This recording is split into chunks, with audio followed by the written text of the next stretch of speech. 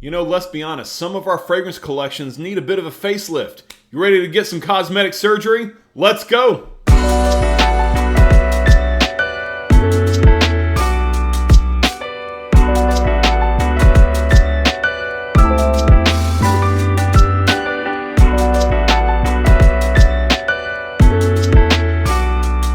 What's up, my friends? It's Jesse of RAFscents here. I hope you guys are doing well today. And for this video, we're going to talk about some fragrances that are a little bit overplayed and outdated.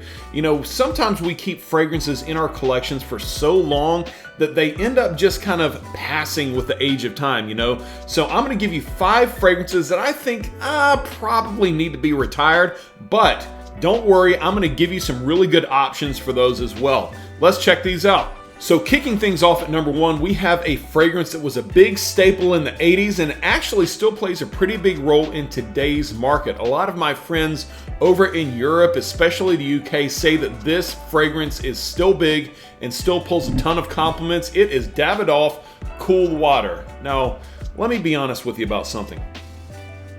I have never really liked this fragrance. I respect it. I remember smelling this on a lot of people when I was a little bit younger, but it just is not my style of fragrance because it is a very earthy and slightly dirty fragrance. It's got some top notes of lavender, some seawater, and even some green notes like rosemary.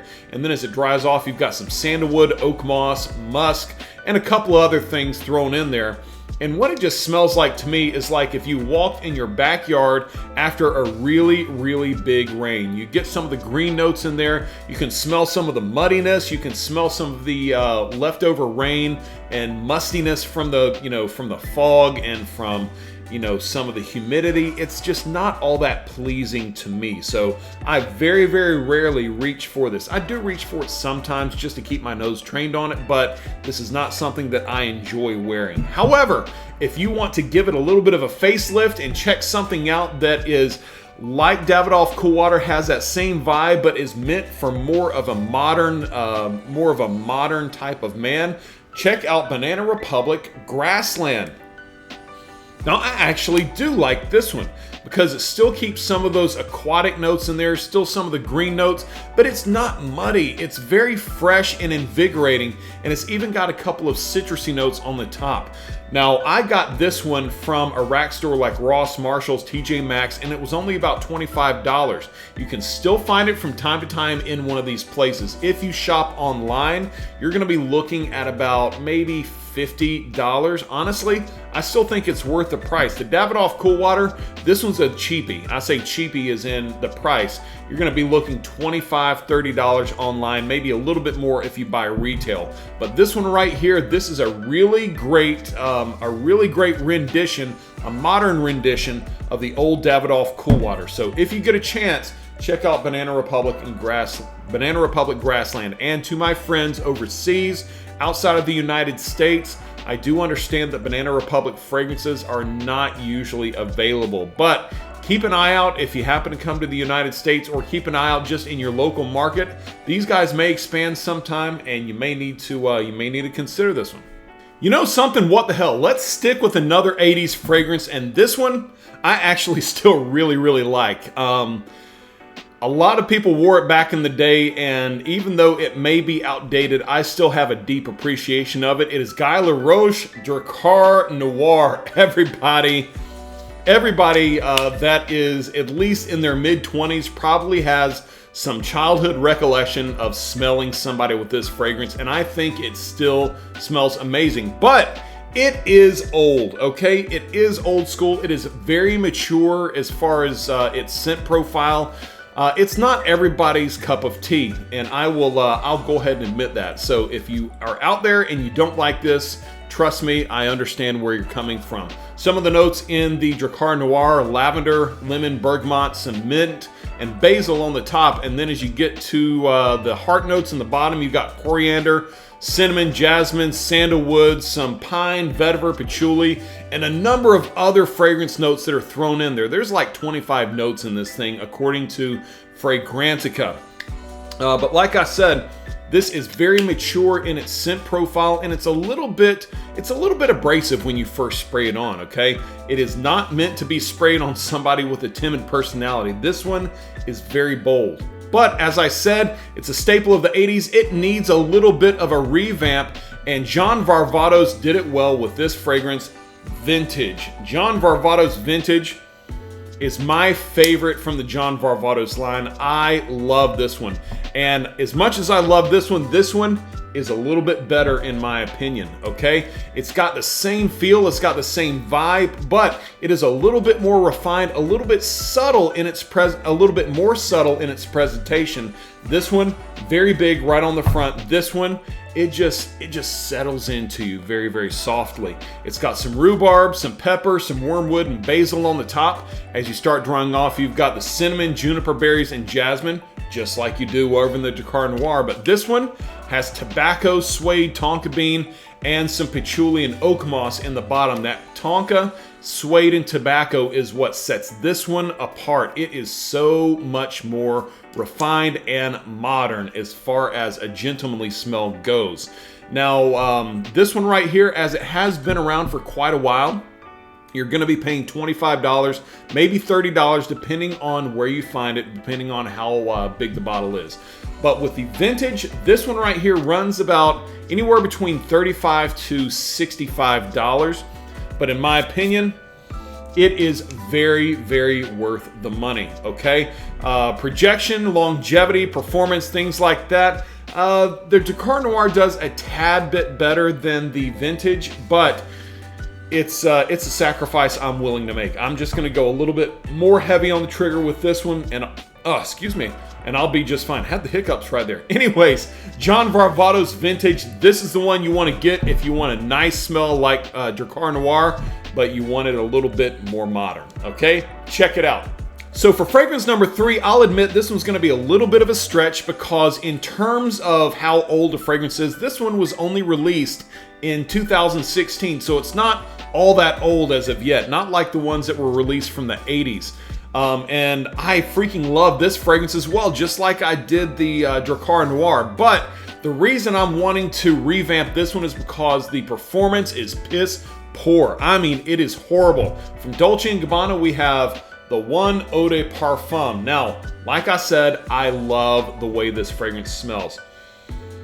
It is so warm, it is cozy, and it is super romantic. Top notes of grapefruit, coriander, and basil, and then as it dies off, you've got some cardamom, and the big notes are amber and tobacco. This is an amber bomb. But like I said, it needs to be revamped because it doesn't last very long at all. I'm talking, if you spray this on for 6 or 7 sprays, you're only gonna get 4, maybe 5 hours of life out of this fragrance, and people can't smell it unless they're really, really close to you.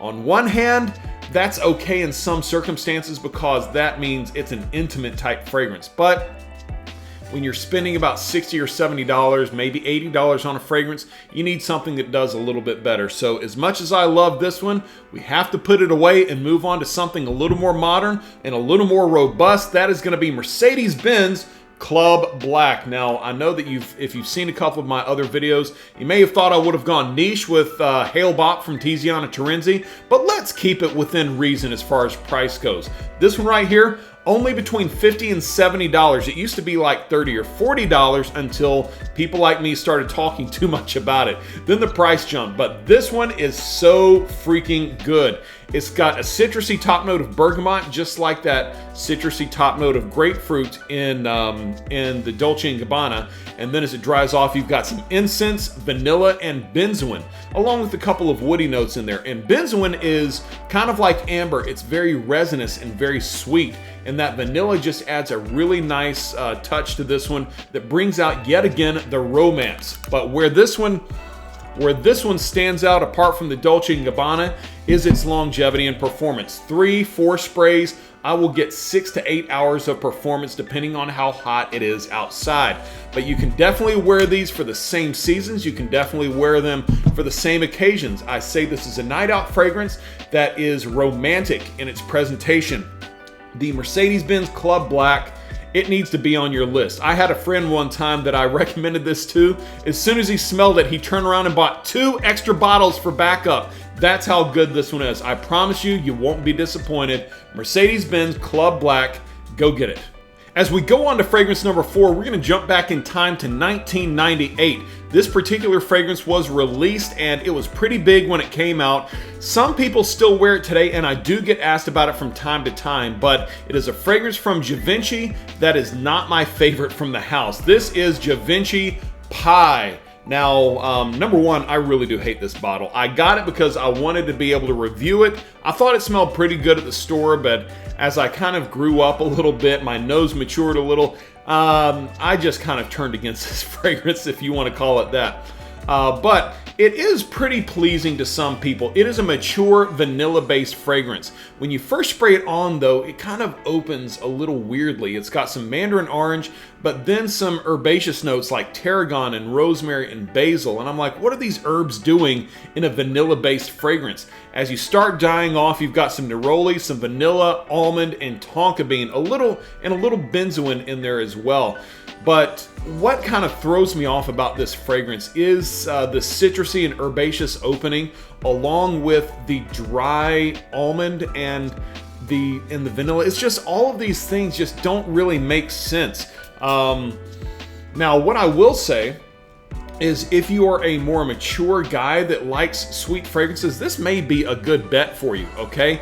It does give off mature vibes when you spray it on, but overall, it smells like vanilla mixed with baby wipes. Like, I know that sounds weird, but I don't like the smell of baby wipes all that much, and so this is not my favorite. And by the way, when I say that, I'm not actually exaggerating with that one. That's what I legitimately think it smells like. But there is a much better option available that was released within the last few years from Imperial Armani. It is Stronger With You. This is one of my favorite vanilla-based fragrances, and it is not only powerful, it is romantic, and it lasts a long time. It's got some opening notes of some cardamom and mint with a little bit of pink pepper in there. You've got a fruity and sweet mid notes with some pineapple, melon, and cinnamon, and then finally at the base you have vanilla and chestnut, and those are 2 fragrance notes that are an amazing combination. As soon as I sprayed this on my skin for the first time, my wife stayed beside me very, very closely. It's snuggle juice. I call this snuggle juice very, very often, and I mean it. It is one of my favorite romantic fragrances out there. Now, the Imperial Armani line, all of the releases from this line, from the Strong With You Intensely, absolutely, even the Freeze and the Oud are very, very nice in this entire line, but none of them are very cheap. We're talking about $100 minimum, even if you shop online.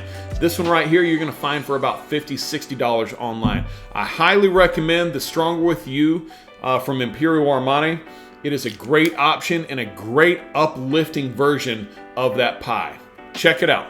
Last up on the list, we have a fragrance that was made in 1995. It's a clubbing scent that is still pretty popular today. However, in my opinion, I think this particular note breakdown and scent profile is a little outdated and needs to be revamped a bit. This is from Jean Paul Gaultier. It is the original Lamelle. The Lamelle, like I said, I still like it. You get a lot of lavender and mint and cardamom when you first spray it on. Then it's got some, not sandalwood, cinnamon and vanilla, amber, and tonka bean once it dries down. It smells great. Now, there are a billion different flankers of this one out there, from the Lamelle Le Parfum, the Ultramel, the Lebeau Le Parfum in the navy, and about 50 other ones that I kind of see more as novelties myself. But as popular as the line is, this one still gets a lot of attention. Now, with that being said, that mint, vanilla, and lavender and citrus note breakdown that it has, a lot of other fragrances are doing that. You can find that this one is pretty similar in its vibe and presentation as something like Versace Eros and a couple of other ones, but I think that one needs to be pushed off a little bit. Let's get something that's a little more vibrant and stands out a little bit more in that setting. From Carolina Herrera, this is 212 VIP Man. There's a nozzle, and it is this one right here, guys. It smells great. It's very fresh and clean when you first spray it on. It's fruity on the top with some passion fruit and lime, also with a little bit of ginger, giving it a subtle spice. Now, a couple of the notes that Fragrantica lists are vodka and gin, but as I do have some vodka and gin back here, I don't think that it smells like vodka and gin, okay? But it is kind of catchy to have those notes in here. But there's definitely a hint of mint in here as well, along with some amber and a little tiny hint of some woody notes. All of that together though, what I think this smells like, it smells a little bit like spearmint gum. You know, it's just got this clean feel to it, but it stands out. It's not overly sweet. It's not overly in your face with its presentation. It is a right blend of everything that you need to stand out in a clubbing or night out setting. Okay, this one usually goes for around $60 to $80 and it lasts about 6 to 7 hours. This one is right around that same price range, right around that same performance. So you're not really sacrificing anything other than the way this one smells for the way that one smells. Anyways, 212 VIP, man, it needs to be bought. And there we go, guys. I'm not saying that you have to get rid of any of these fragrances. I think they are valuable to keep in your collection.